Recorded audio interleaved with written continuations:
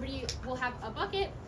These have already been sanitized, but if you would like to be hyper vigilant about the sterilization, you just spray down your bucket and wipe it with a paper towel. Best to do the underside of the cap as well. And then that's kind of the main thing we'll be doing for sterilizing our buckets. If at any point you're going to be touching the spawn with your hands, I'll have the spawn in like one spot over here. I just ask that you sanitize your hands first, and then you're fine to touch it. I did forget my little like scoopers, but we'll be aiming for about like half a boat's worth of spawn for this size bucket. And you can either scoop it with your hands or just scoop it up in here if you don't want to touch the spawn directly. But the first thing you'll want to do is to drill holes. So again, we'll have to like take turns with the drills, but this is a 1/4 inch bit. And they're not the firmest plastic, so just be careful not to have your hands in the way as you're drilling in here. But in a rough diamond pattern, you'll just apply a little bit of pressure until it goes through. And let's see, you can spread it out.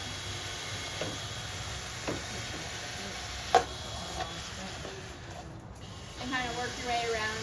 1, 2, 3.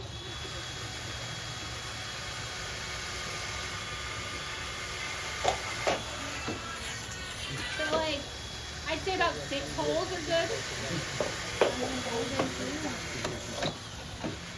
Once you have those holes, the buckets do have holes in the bottom. You can just ignore that, or if it won't be particularly wet because you're worried about it, like leaking if you're taking it inside or anything, you can just throw some tape under here.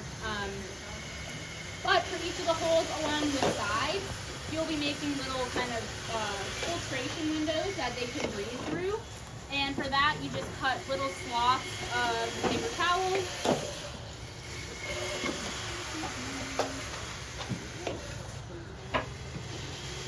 And then cover the hole. Make sure that when you tape it, the hole itself isn't covered in tape. So I usually will just take like 4 pieces of masking tape and get each side.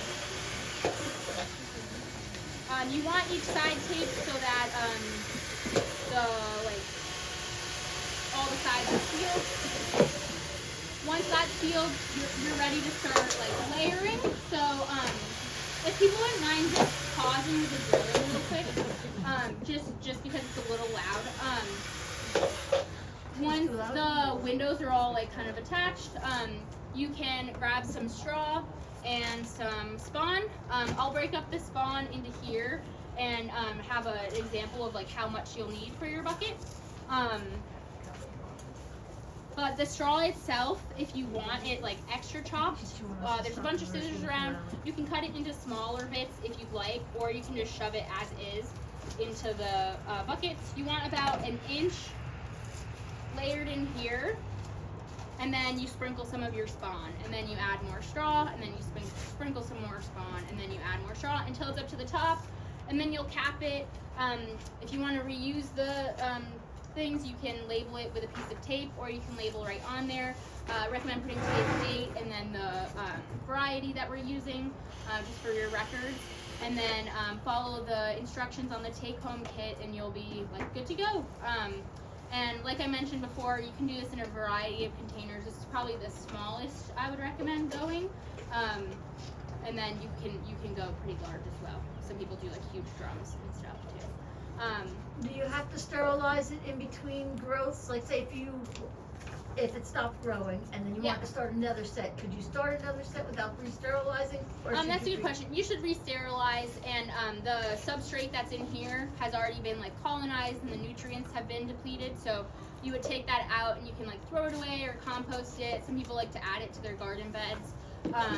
But then you would start anew and sanitize it. Good question. Excellent, thank you.